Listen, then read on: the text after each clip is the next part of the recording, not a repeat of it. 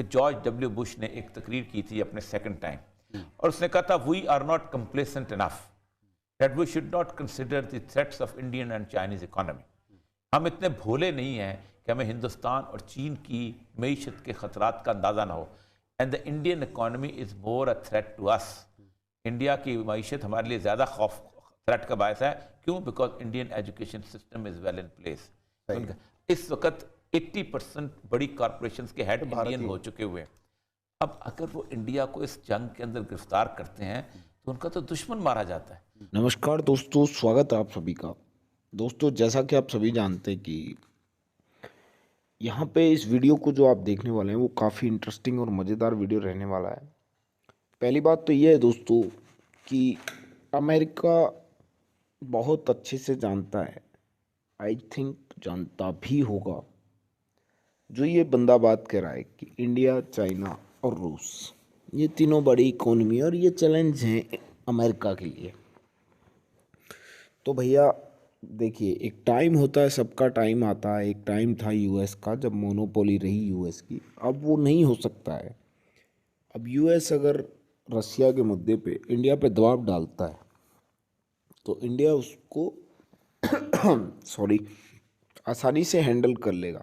चलिए वीडियो देख लेते हैं। कलयुग का जमाना है, कलयुग का जमाना है, आखिरी युद्ध होने वाली है और कल की अवतार उतरेगा और वो वहां से आएगा और शिव खुद आएगा लड़ने के लिए और शिव के साथ हम निकलेंगे और हम जाके पता कर लेंगे। मतलब कि चंद एक बीजेपी की पूरी सोच ने पूरे खित्ते को जरमाल बनाने की जो है बना दिया है, कोई पीछे रह खौफ सदा। अच्छा, आलमी बरादरी, कम्युनिटी, यूरोपीय मुल्क, अमेरिका, आवाजें तो उठनी शुरू हो गई हैं। अब होगा कि आपको भारत के ऊपर कोई दबाव नजर आ रहा है? मेरे ख्याल दबाव, मुझे लगता यह है कि जो मैं आज भी कहता हूँ, आज से 10 साल से कह रहा हूँ कि जॉर्ज डब्ल्यू बुश ने एक तकरीर की थी अपने सेकंड टाइम, और उसने कहा था we are not complacent enough that we should not consider the threats of Indian and Chinese economy. हम इतने भोले नहीं हैं कि हमें हिंदुस्तान और चीन की मईशत के खतरात का अंदाज़ा ना हो। And the Indian economy is more a threat to us. India की मईशत हमारे लिए ज़्यादा खौफ थ्रेट का बायस है। क्यों? Because Indian education system is well in place. इस वक्त 80% बड़ी कॉरपोरेशंस के हेड इंडियन हो चुके हुए हैं। अब अगर वो इंडिया को इस जंग के अंदर गिरफ्तार करते हैं तो उनका तो दुश्मन मारा जाता है, और इंडिया चीन से लड़ता है तो 2 दुश्मन मारे जाते हैं। देखिए ना, एक जंग जो है वो तबाह बर्बाद कर देती है। आपको पता है कि सिर्फ इस अफगानिस्तान की जंग ने अमेरिका को कितना ज्यादा मकरूज कर दिया। यानी $16 ट्रिलियन से उसका $22 ट्रिलियन तक उसका कर्जा चल गया। $3 ट्रिलियन, और किसने पे करना है? अमेरिकन अवाम ने पे करना है। एक जंग, अफगानिस्तान की जंग ने रूस तबाह को बर्बाद कर दिया। हर चीज चली रहती है, लेकिन उनको पता है, और आपको पता है नहीं, 2008 के अंदर मैंने उस पर भी बड़ी दफा बात की है। 2008 के अंदर जो रैंड कॉर्पोरेशन ने कहा था अमेरिका ने अगर आगे बढ़ना है तो उसको 2 बड़ी जंगें चाहिए, वरना आगे नहीं बढ़ सकता। और 3 बड़ी पली हुई गायें हैं, अगर ये जंग में आ गई तो आप जाएंगे। एक है इंडिया, इससे भी जंग अफोर्ड कर सकता है, इस पर पैसा है। एक है चीन, ये भी जंग अफोर्ड कर सकता है, इस पर पैसा।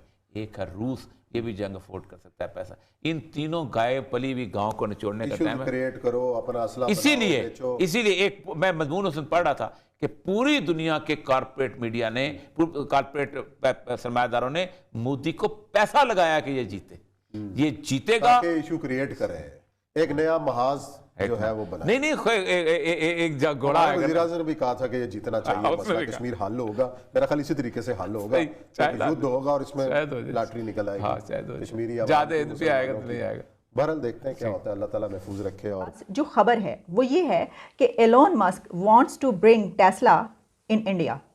वो इंडिया में अपनी टेस्ला कार कंपनी लॉन्च करना चाहते हैं, और इस सिलसिले में उनको कुछ चैलेंजेस दरपेश हैं, कुछ प्रॉब्लम्स, कुछ हर्डल्स हैं, जिसके लिए उन्होंने सोशल मीडिया पर जैसे ही लिखा तो इंडिया के कई एक पॉलिटिशियंस ने उनका बहुत ही ओवरवेलमिंग जवाब दिया, उनको रिप्लाई किया, डिटेल्स में उनको जवाब दिया और कहा कि आप आएँ और हमारे साथ काम करें, और आपको जो भी चैलेंजेस दरपेश हैं हम उसके लिए मिलकर काम करेंगे। Commerce minister of Telangana KTR ने ट्वीट किया, उनको जवाब दिया, और उन्होंने कहा, हे Elon, I am the Industry and Commerce Minister of Telangana State in India.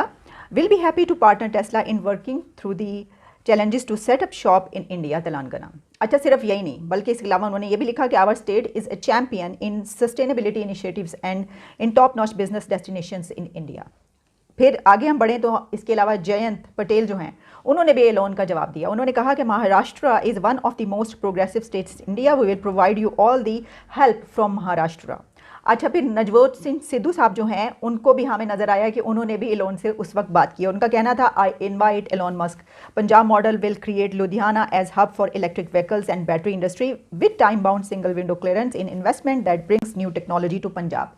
अगर आप ये देखें तो हमें ये नज़र आ रहा है कि इंडिया के पॉलिटिशियंस बहुत ओवरवेलमिंग तरीके से, बड़े ज़बरदस्त तरीके से उनको जवाब दे रहे हैं और हर स्टेट ये चाह रही है कि वो उनकी स्टेट में आएँ और वो उनको ऐसा माहौल फराहम करेंगे कि उनको कोई प्रॉब्लम नहीं होगा। इसका मतलब ये कि वो तमाम पॉलिटिशियंस, ये सब लोग ये चाहते हैं कि उनकी स्टेट इसमें बाजी ले जाओ और वो उनकी स्टेट में आकर ये लॉन्च करें, या ये कि उनके कंट्री में ये आ जाएं और फिर मिलकर जो है इसको हल करते हैं। अब देखिए, क्या हमने कभी पाकिस्तान के पॉलिटिशियन, सियासतदानों की तरफ से कोई ऐसा ओवरवेलमिंग जेस्चर, इनिशिएटिव देखा है कि बाहर की कोई ऐसी कंपनी, कोई ऐसा प्रोडक्ट, कोई ऐसा बड़ा नाम लाने की कोशिश की जा रही हो कि जिससे पाकिस्तान में भी तरक्की आए?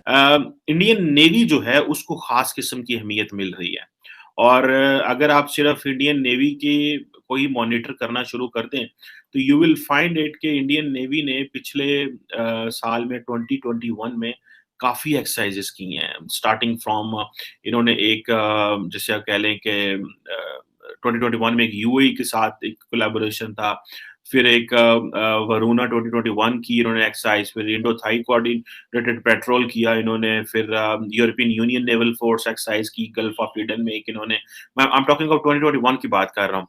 फिर एक इनका एक यूएस नेवी कैरियर जो स्ट्राइक ग्रुप पैसेज एक्सरसाइज इन्होंने की। फिर ये छोटी-छोटी एक्सरसाइज़ उन्होंने बहुत ज़्यादा की हैं, रशियंस के साथ की हैं। उसके अलावा आप ये समझ लें कि जो सबसे बड़ा इनका वो ऑब्वियसली एक जो चीज़ थी वो मालाबार एक्सरसाइज़ेज़ थी। और अगर आपको याद हो कि यूएस जो नेवी ने ये होस्ट की थी मालाबार एक्सरसाइज़ेज़ जो इसका जो सेकंड फेज़ था रिसेंटली। पहले I think India was not that much into this Malabar thing, लेकिन अभी इनका जो सेकंड फेज़ था 2021 का वो 12 से 15 अक्टूबर तक था, जिसको इंडियन नेवी ने होस्ट किया था। और ये ज़ाहिर बात है इंडिया के लिए जो पार्टनरशिप है with the Americans, this is very productive for them. Pakistan तो ऑब्वियसली इस सारे प्रोसेस से बाहर है क्योंकि हम लाइक माइंडेड जैसे मैंने बताया कंट्रीज में नहीं आते, हम तो मालाबार वाले प्रोसेस में भी नहीं आते क्योंकि हम वो उसमें ना तो हम इंडो पैसिफिक में है, ना वो हमारी अभी अप्रोच है, ना हमारी अभी सोच है इंडो पैसिफिक में जाने की, बिकॉज हमारा जो लार्जली जो प्रॉब्लम है वो खिता ही है, हम खिते से बाहर निकल के कोई उस तरह नहीं करते। गो के पाकिस्तानी ये जो अमन एक्सरसाइज कराई थी दोस्तों, वो एक बेसिकली पाकिस्तान यही चाहता था कि एक स्टेबल मैरीटाइम ऑर्डर हो जिसमें इंटीग्रेशन की बात कर रहे थे कि रादर देन एलियनेशन हो, और जितनी भी इंडियन ओशन रीजन में, और अगर आपको याद हो कि हम ये जो इंडियन ओशन रीजन है इसमें नॉर्मली या इंडो पैसिफिक जो है ये हम वर्ड्स भी एक्सेप्ट नहीं करते थे, लेकिन अब आहिस्ता आहिस्ता मेरा ख्याल है जो पाकिस्तान की नई जो नेशनल सिक्योरिटी डॉक्ट्रिन आई है उसमें इंडियन ओशन रीजन का उन्होंने जिक्र किया है। तो जिस तरह पाकिस्तान जियो पॉलिटिकल से जियो इकोनॉमिक्स की तरफ जा रहा है और ये चीज़ें कर रहा है, मेरा ख्याल है पाकिस्तान को एक स्ट्रॉन्ग नेवी की ज़रूरत है। और मैं तो इससे पहले भी बात कर चुका हूँ कि पाकिस्तान को जो मुस्तकबिल में इन्वेस्टमेंट्स करनी चाहिए, वो करनी ही नेवी पे चाहिए और एयरफोर्स पे चाहिए। द रीज़न बिहाइंड इज़ कि नेवी इसलिए करनी चाहिए क्योंकि अभी वो जो थ्रेट्स थे, वो थ्रेट्स की नेचर बदल गई है।